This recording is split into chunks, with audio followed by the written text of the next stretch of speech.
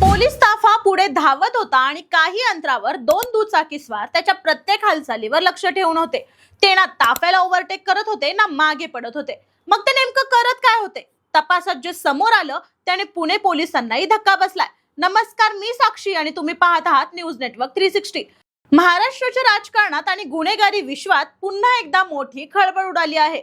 अंधेकर टोळीशी संबंधित जुन्या खुणांचा बदला घेण्यासाठी न्यायालयातून निघालेल्या पोलीस ताफ्याचाच पाठलाग करण्यात आल्याचा धक्कादायक प्रकार समोर आलाय.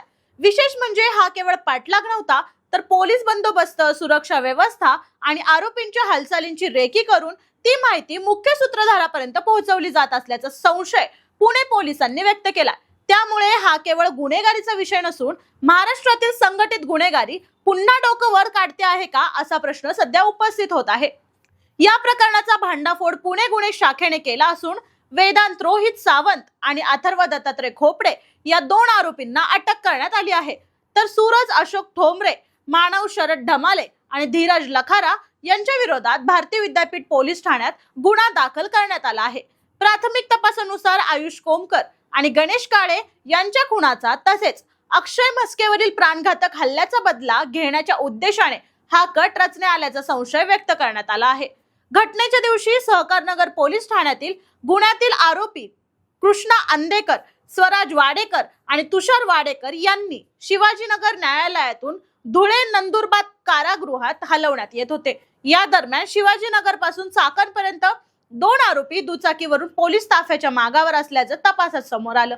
त्यांनी पोलीस वाहनांची संख्या, बंदोबस्त, सुरक्षा व्यवस्था, मार्गातील हालचाली आणि ताफ्याची संपूर्ण माहिती मोबाईलद्वारा सूरज ठोंबरे यांच्यापर्यंत पोहोचवल्याचा दावा पोलिसांनी केला आहे.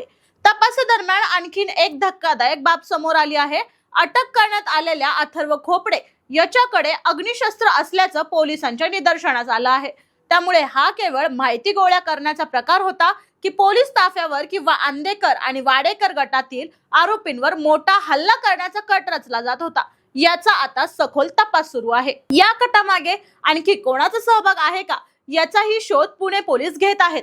या संपूर्ण प्रकरणामुळे महाराष्ट्रातील टोळी संस्कृती पुन्हा एकदा चर्चेत आली आहे.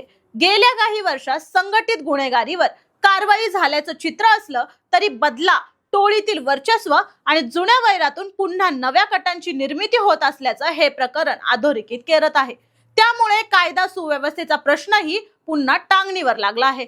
या प्रकरणात सर्वात महत्त्वाचा मुद्दा म्हणजे हा कट वेळेत उघडकीस आला, अन्यथा परिस्थिती आणखीन गंभीर होण्याची शक्यता नाकारता येत नाही. मात्र आरोपींचा अंतिम हेतू काय होता, नेमकं लक्ष कोण होतं आणि या कटामागे आणखीन कोणते चेहरे आहेत, याचं उत्तर आता पोलिसांच्या पुढील तपासातूनच स्पष्ट होणार आहे. तरी पुढील अपडेटसाठी न्यूज नेटवर्क 360 ला सबस्क्राईब करायला विसरू नका.